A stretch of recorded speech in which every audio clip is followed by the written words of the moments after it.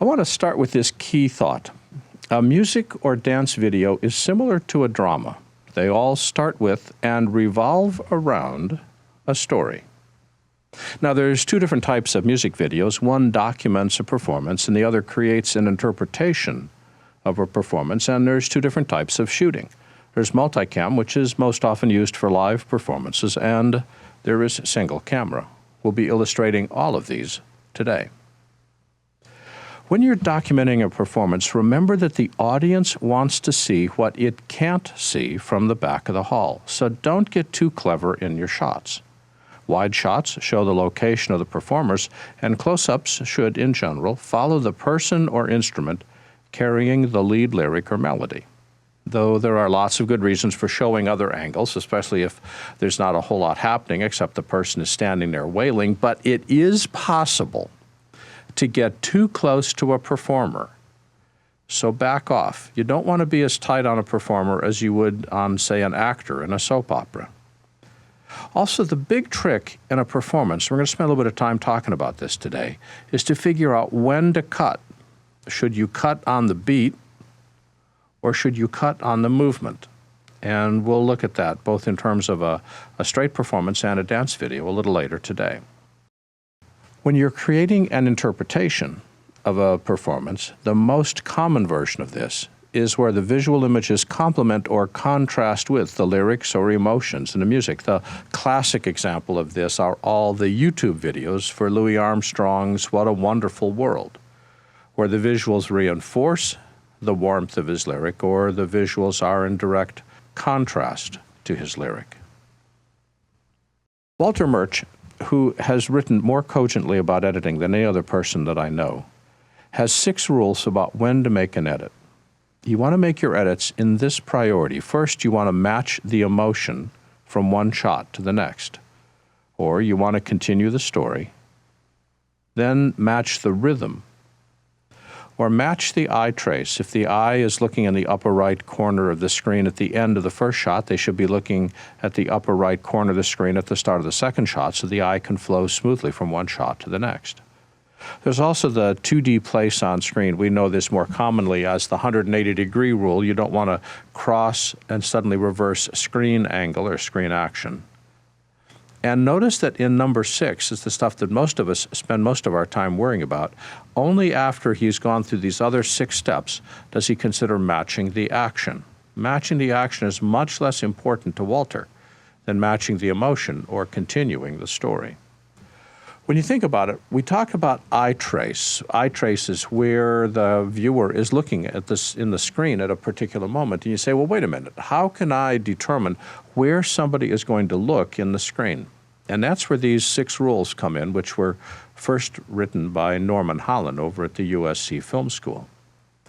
Norman wrote that the eye goes first to that which is moving, then it goes to that which is brighter, then that which is bigger, that which is different, that which is in focus, and that which is in front.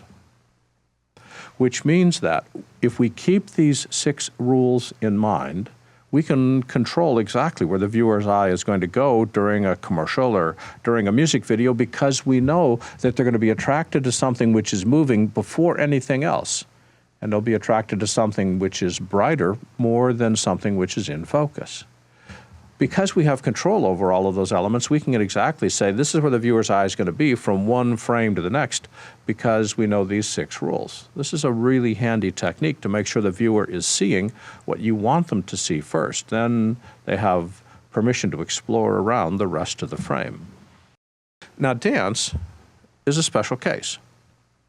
In drama, emotions are seen in close-ups, but in dance, emotions are seen in the movement of the body. In fact, and this is such a key point, in dance, close-ups detract from the emotion. In drama, cameras shoot at eye level from the edges of the action, and in dance, cameras shoot at knee level from the center of the action. The cameras are in 2 totally different positions at 2 different heights. In drama, the key light tends to smooth texture. In dance, key lighting needs to emphasize muscles and shadows. In drama, key lighting comes from the front. In dance, key lighting comes from the side. In drama, reaction shots telegraph emotions. And in dance, reaction shots should be avoided. Many, many years ago, I had the incredible pleasure of being taught by Merrill Brockway. That's the director that first invented Dance in America for PBS. And we spent a month together, myself and 7 other directors, learning how to direct dance for television. And one of the things that I learned as Merrill Brockway was teaching that course is everything I knew about directing when it involves dance is wrong. With dance, you don't go into a close-up to show an emotion. With dance, you don't just arbitrarily cut from one body part to another. With dance, you position your cameras differently at different heights and shoot different things. This was a huge revelation to me because I realized that the medium of dance required an entirely different way of thinking about how I was shooting than drama. For example, here's an example of what not to edit. The best example I've seen is the program called Feet of Flames. It's the second in a series featuring Irish step dancing. This was obviously edited by a very talented dramatic editor who had no idea what they were doing with dance. The shots cut too quickly, the audience was disoriented, we never got ourselves squared away to where the dancers were, there were too many close-ups, it destroyed the flow of the dance, and the show is unwatchable. And I like this style of music, and I love dance. Don't assume that dance is edited like drama. They are cut exactly the opposite of each other. Now, there is an exception. If you're editing a dance performance, then these suggestions hold true. But if you're editing a dance which is specifically choreographed for video, the choreographer will work close-ups into the dance that you can cut to without destroying the overall movement. But it is important that you talk with the choreographer as well as the director to learn where these special passages are, because you can't just arbitrarily cut to a portion of the body without destroying the dance. This has been an excerpt of a recent Power Up webinar looking at how to create music and dance videos. For the complete version of this online training, become a member of our video training library at larryjordan.com/membership and look for Webinar 185.